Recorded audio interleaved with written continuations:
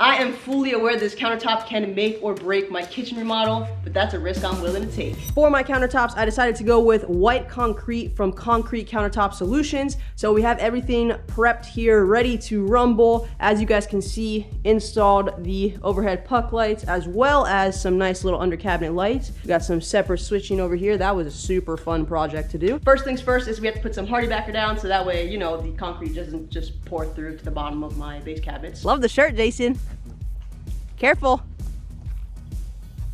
Look at that nice little house. We got all of the hardy backer on and fit to size. This is 1/4 inch backer. Where the oven is, where we have this little overhang for the cabinets. So we use another piece of hardy and we're gonna put that guy there. So that way it's straight, and then screw in this little molding so that way we have it straight and it covers the hardy backer a little bit. Finally got it, cracked and all. Good job.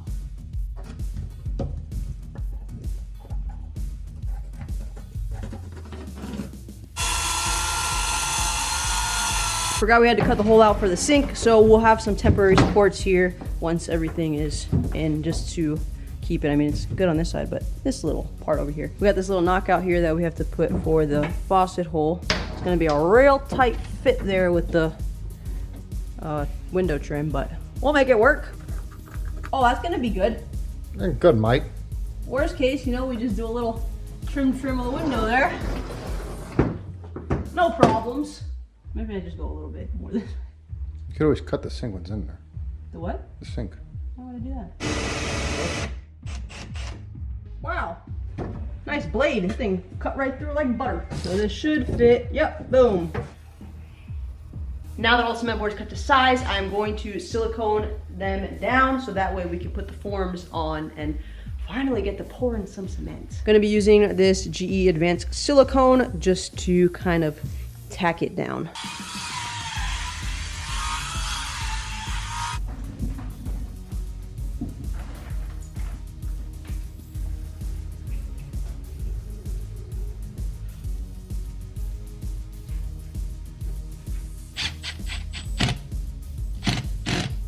Ooh, that's a nice little corner right there. And then for the back piece, we are cutting out this little notch. We still got to adjust it a little bit more, but that way this guy can go back and not interfere with this, and hopefully everything should line up pretty good. I got demoted from screwing the screws in because I was doing it too hard and breaking them loose. So Jason's just so much better at everything than me.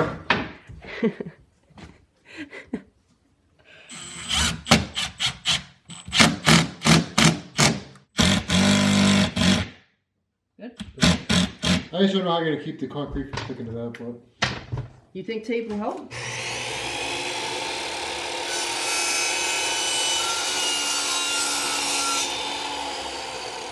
So this corner here is what falls on the edge. So from there to the other part right there is what needs to be the full size of your cabinet, which mine is 47.5.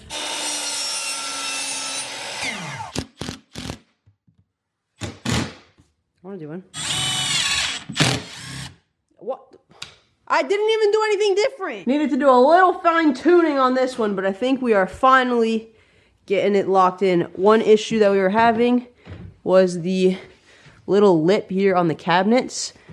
The frame was hitting into it, so I had to kind of like notch. I guess I notched it a little too much, but you shouldn't see that, so hopefully it's okay. And now it doesn't hit, and these puppies can go up, and they're flush here, where before it was raised up higher.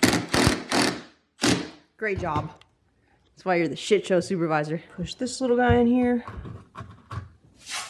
Taping all the seams, so hopefully everything doesn't pour out. Honestly, I'm not really exactly sure how precise this stuff really has to be, or if it, you know, totally matters. But trying to make it as good as possible. We ran into a little bit of a snafu. So doing the, you know, roundabout, I mean, usually I guess you're supposed to keep the whole form as one, but it was just not working out for us. So we cut the 4 sections, and got these. We had to do some customizations because I have a sink that has like one of the things that you can put stuff on top of, which isn't letting this, isn't letting this piece go all the way, because obviously then that would be full of cement, which would not be good. So we had to put the screed and cut it, and if we were to cut off the bottom, it would cut off all the tape, but now we're using it for the opposite side, so that way it would still have tape, and that should line up pretty good there. Great job, Jason. Good thinking. Listen, it might not look pretty, but it gets the job done. Don't even think about breathing on this sink. We are on the final stages before it is time to mix cement, which of course we're not gonna get to today because that's just not the way my scheduling ever works out. But we are going to get these in so that way we can wake up tomorrow with Jason's rooster Sal and be here bright and early to get the countertops poured. So we got these nice little Z clips. These little guys are gonna clip in, and we're gonna put them about like that, bing bong, and just cover this.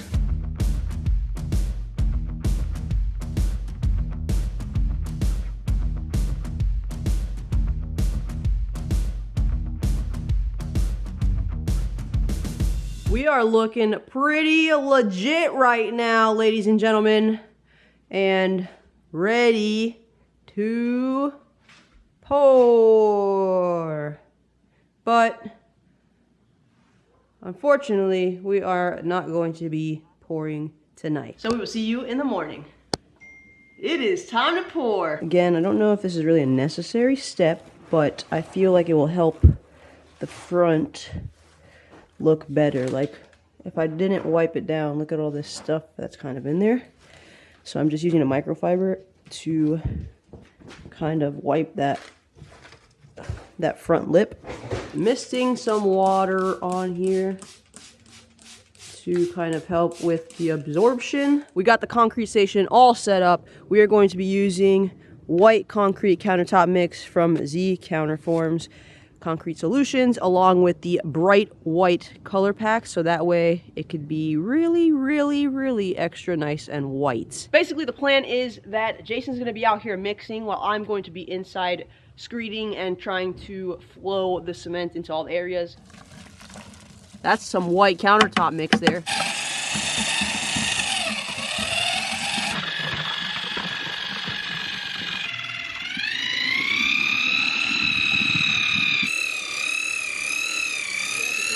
Okay.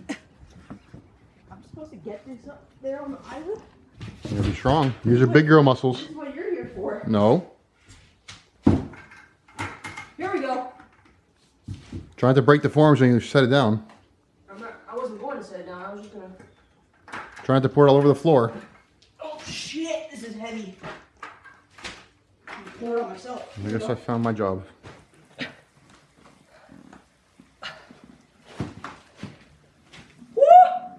This is heavy. Just push this all out here. Oh yeah, that was much better flowy. That was a good one. Good thing. You can mix it from now on. That's how you mix concrete, Bianca. Good job. Congratulations, you got another promotion. Keep it up and you're just gonna get you're gonna keep getting promotions.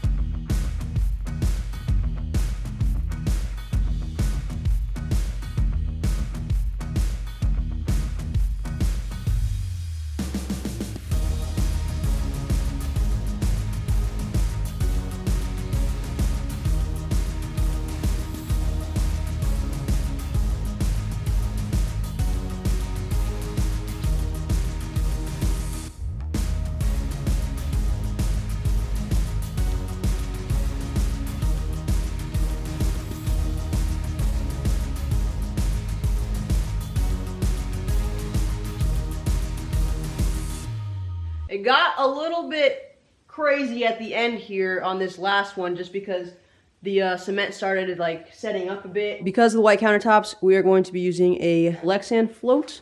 I don't know if we might have taken a little too long before doing this part.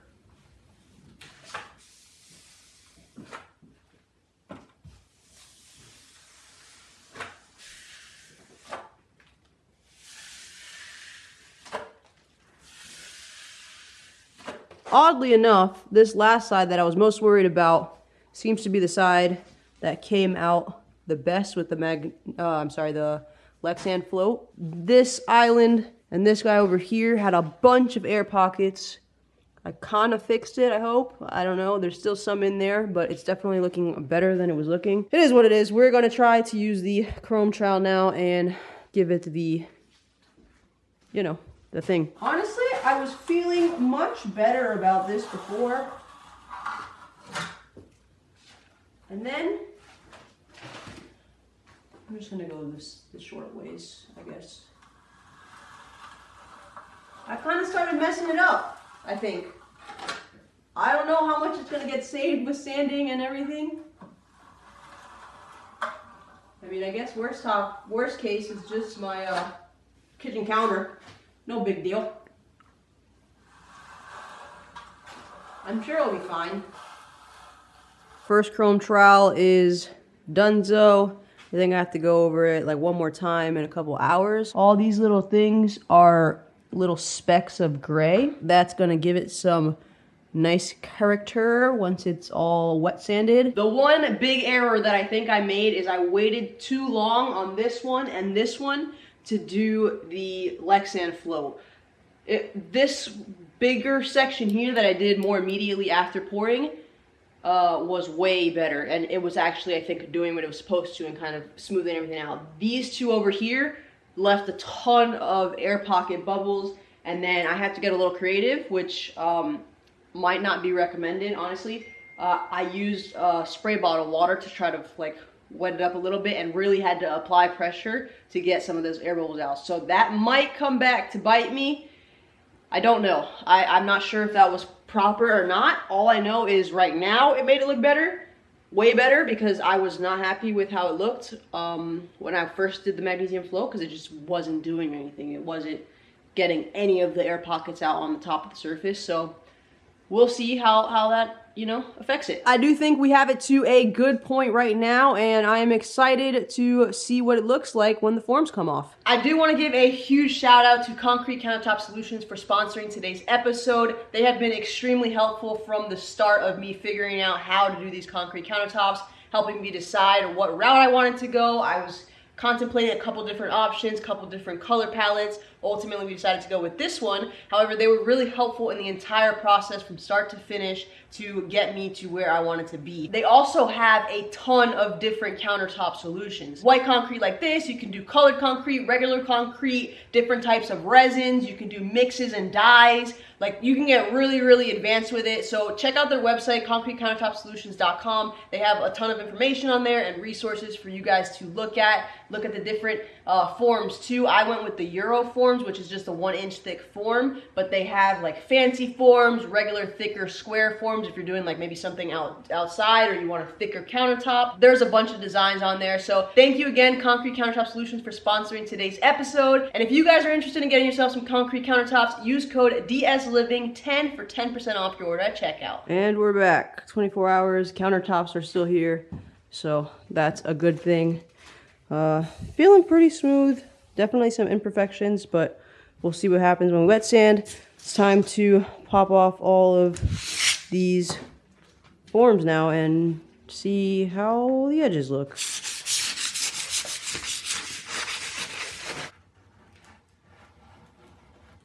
There you go. See, your fingers are stronger than mine. And I did scratch it, I went too low. Mighty fingers over there. Got it! So strong. Use your big girl muscles. Put behind it. I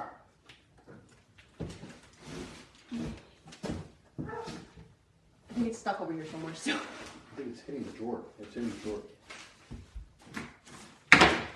You see, I am strong.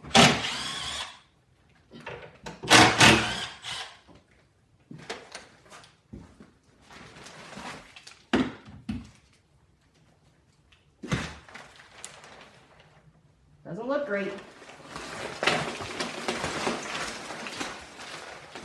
Might need a little slurry mix there. What the? Sure. So Jason was right, we had to put some sort of coating. Not too shabby. For the most part, the edges are pretty good. Like, I mean, there's a couple little pinholes here. We had one crack here. And obviously this one, thankfully, is in the inside of the stove, which I'm still going to fix it, but that was a not good thing. But the rest of them actually came out pretty good. You would usually make a slurry mix right now and fill in all that stuff. However, I am out of time and I have to go back home, but I don't want to not like wet polish the rest of it, because then by the time I get back, it will be too long of a period. So I'm going to wet polish it now, and then whenever I come back, I'll do the slurry mix, and then I might have to like touch it up again with the wet polisher, but at least it won't be all of the cement to do. All right, so I'm gonna be attempting to use this big old thing. I am putting on 100. I was gonna just do 200, but I'm putting on 100 because some of my edges are a little bit high, so I'll probably just hit that down and then do 200, I guess, depending on what this starts to make it look like. How much water, Jason? Spread it around. Yeah, spread it around. Oh, shit. Hey, wrong way. Hey, you're gonna make a mess. Wait till you start doing that. You're gonna see what a mess is.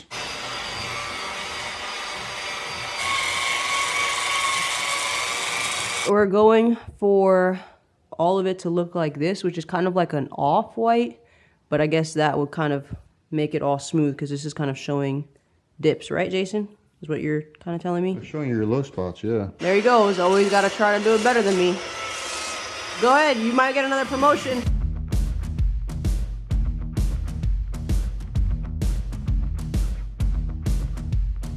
I'm actually really liking how this is coming out, bringing out the little aggregate, yeah.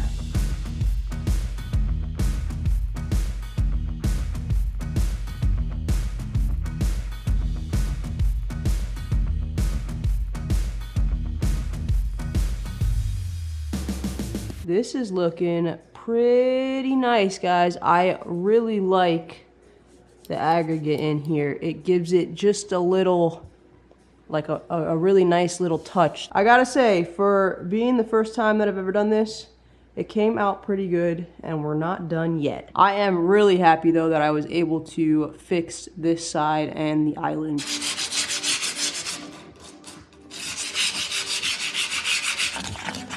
I added in a little bit of the extra bright white mix.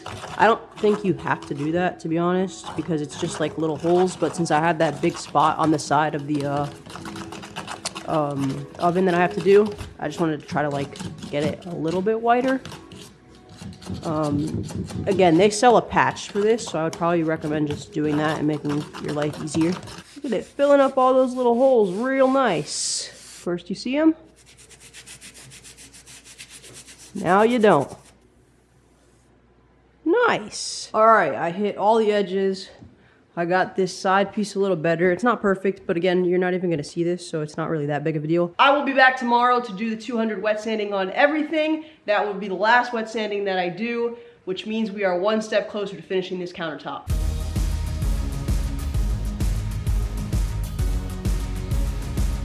We are officially in the home stretch. It is time to seal. Finished up the 200 last night and wet down and wiped the counter really, really well. And honestly, that 200 made a huge difference. It still has some imperfections, but I didn't think that it was gonna make it so much smoother, and it really did. It's super smooth right now. So I did the good wipe down last night with just water multiple times on a rag, but now that it's dry, I'm gonna hit it with a tack cloth before I do the sealer, just to try to get any last minute little stuff off of there.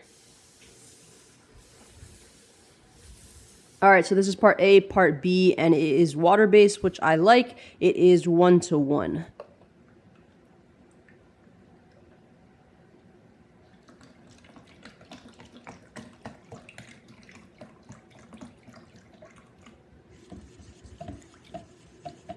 Probably could have done 1-to-1, but oh well. Now I'll know for the next coat's super liquidy, you know?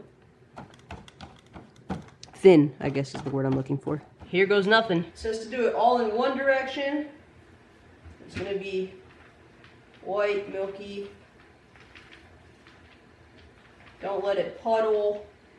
I'm just like replaying all the stuff that is in my head from like all the videos and stuff I watched. Trying not to mess it up.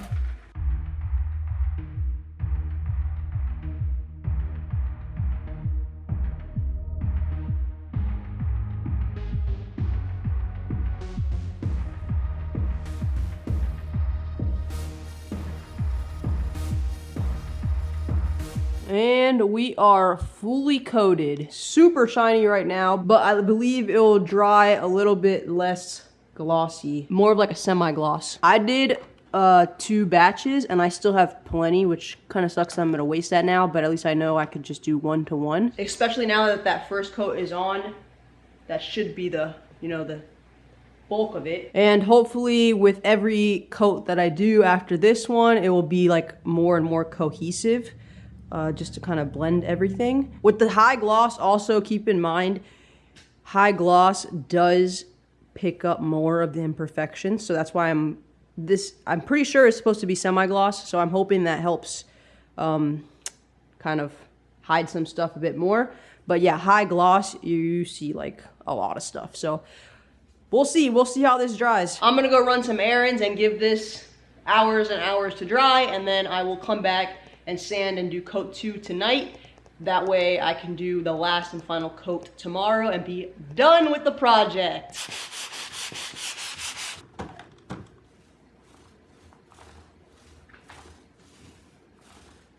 Coat 2 is on, and we officially only have 1 coat to go. Well, the counters are done, kind of. The sealer is dried, and honestly, I think this is where I went wrong with my project. Let me explain. So I really like the white concrete countertop mix and mixed with the bright white. I also love how the gray aggregate came through in the concrete. That part I really, really like. And I wanted to go shiny for the countertop finish because I wanted it to emulate kind of like quartz or something like that, which shinier looks like a more high-end finish. However, I didn't take into account that the shiny countertops are gonna show all the imperfections more because of the way that the light hits, like the dips and whatnot. I'm not a professional concrete pourer or countertop maker, so obviously my countertops are not perfect. When the countertops were flat, you really couldn't tell that there was dips and whatnot in it.